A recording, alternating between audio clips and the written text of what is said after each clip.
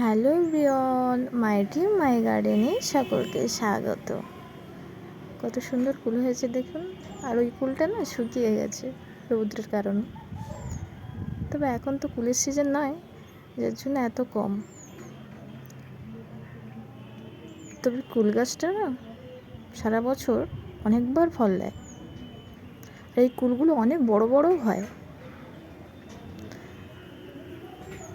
তবে এর যখন সময়, মানে কুল হওয়ার সময় ফেব্রুয়ারি মাসের দিকে, তখন কিন্তু প্রচুর ফল দেয়।